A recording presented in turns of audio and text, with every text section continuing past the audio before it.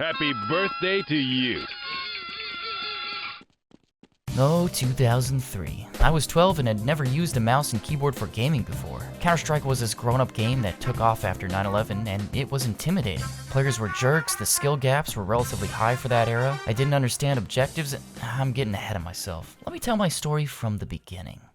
Yep, it was a scary time when I first discovered Counter-Strike 1.6. My first experience was playing on a ThinkPad laptop. You know, the one with the little red dot that moves the cursor around? It was pretty sweet. My friend sat me down and connected to a server playing CS Assault. Mouse and keyboard gaming felt so awkward. It was like sitting at a drum kit drunk. This 3D movement made little sense. I'm sure you remember your first time getting used to it. There's so much dimensionality to it. The concept of WASD just felt so bizarre. Moving your mouse to look around instead of using an analog control stick was weird. I couldn't for the life of me understand why you'd ever use the strafe keys A and D. Don't you just want to move backward and forward, I thought? Most shooters on the N64 never made strafing a priority. This movement was just so jarring in CS. In CT Spawn, as I stood there trying to get my virtual legs working, it hit me. There are other people playing with me that aren't in the same room. This little thing seems so trivial now, but for a ton of kids in the 90s through the early 2000s, online gaming was such a hard concept to understand. The internet? I'm on the internet with other people here? How does this work?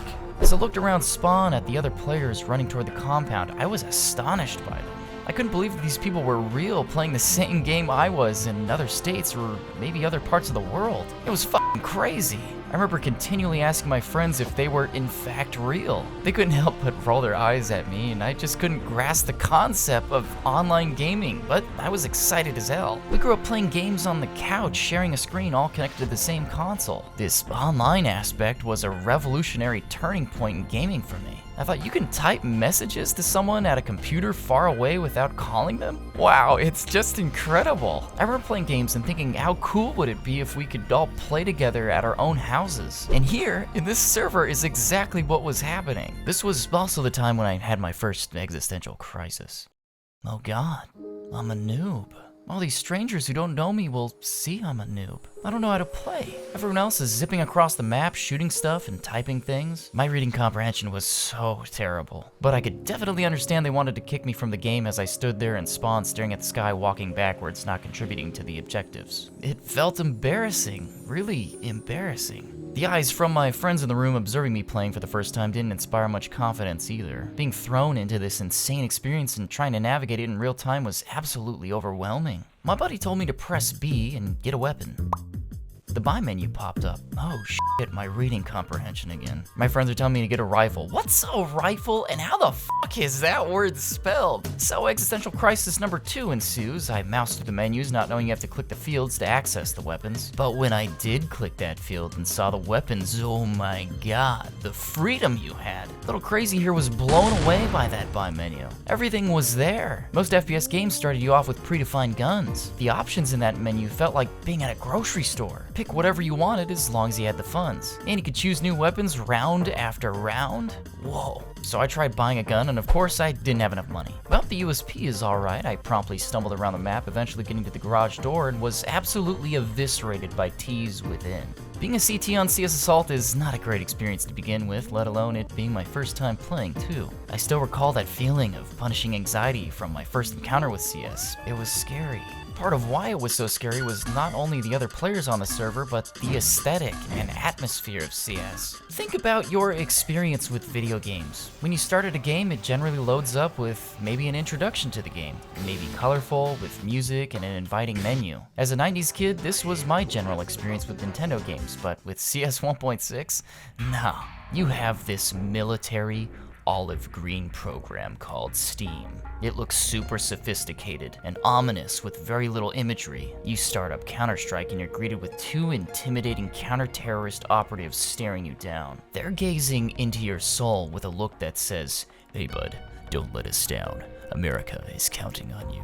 It felt like a military recruitment apparatus. Instead of colorfully vibrant graphical menu UI, it's just plain text. You had to read what you wanted, and who knew what they wanted loading this thing up? You click find servers, and this technical looking list starts exploding with potential servers to join. There's all these stats you're hammered with, like latency, this shield and lock thing, and the long, complex, and involved server names. It's like interacting with ancient Egyptian hieroglyphic alien technology. What the fuck was even going on? Baffling, just baffling. And it was quiet, really quiet. No background music. Even the maps were void of music. Except for Italy's opera singer. Mainly silence. Everywhere.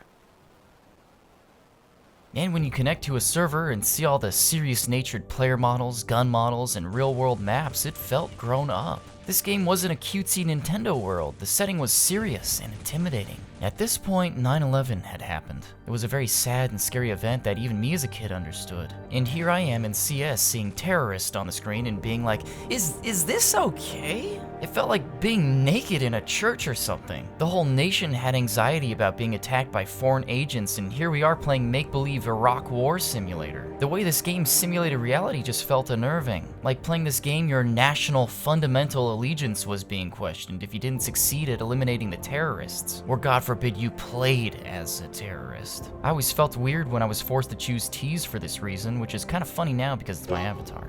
So you have this geopolitical worry, these player models and gun models that represent reality, but the most intimidating part outside of all of that was the player base. Reading back through old website archives, game journalists noted that Counter-Strike's player base was one of the most toxic they'd ever encountered. And from first-hand experience, I can tell you that they said that with the utmost integrity. It was true. Counter-Strike's players were ruthless. They'd kick people, trash talk endlessly, commit casual admin abuse, bully, hack, and embodied some of the lowest forms of the human condition I'd ever encountered up until that point. I remember there was this admin command that would open your CD tray. If you're sitting in a dark room trying not to wake up the household doing a sneaky late night gaming session, and some jerk-ass admin did that to you, it scared the shit out of you.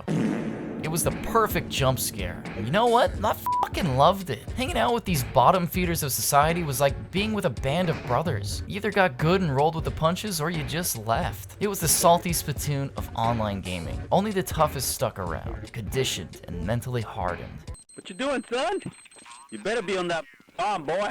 In 2003, I went through my fair share of bullying in CS, especially during my initial learning phase. I remember discovering the shield, and oh wow, how precious this discovery was. The shield, priced at $2,200. A barrier-type shield for street tactics and intervention, and I fucking annoyed the shit out of people with this thing. I spent a whole month learning the game buying nothing but a shield and a deagle. Sitting in corners, waiting for terrorist jerk-offs, pulling out their knife in an attempt to stab me through my righteous steel box. It felt so powerful. I remember getting anxiety-propelled adrenaline boost when players would get on the mic telling me to stop being a pussy, to stop buying the noob shield, and to learn to play fairly. I loved it. Of course, I would die a lot. It was tricky getting down the timing for firing and blocking. Then when I did lose the shield, having a T grab my old one only to duel me in shield-to-shield battle was quite frustrating. And kind of medieval. I liked it. But this little noob-friendly piece of equipment allowed me a tiny safe space from the hardened players, and CS eventually stopped feeling so scary after a while. The shield allowed me to venture out into buying different weapons and eventually actually learning to aim, which was quite complicated to understand too. Most FPS games were pretty much point and shoot up until Counter-Strike's release. CS did it differently with the recoil patterns. You couldn't just spray into a crowd and hit much, you had to crouch or stand still to shoot accurately. Preferably shooting in bursts, as the spray patterns vary from weapon to weapon. But once you understood this vital mechanic in CS, you weren't so newbie anymore. Now you might actually travel up the scoreboard and not get yelled at so much. But there was a bigger problem ahead for me. Ladies and gentlemen, we need to talk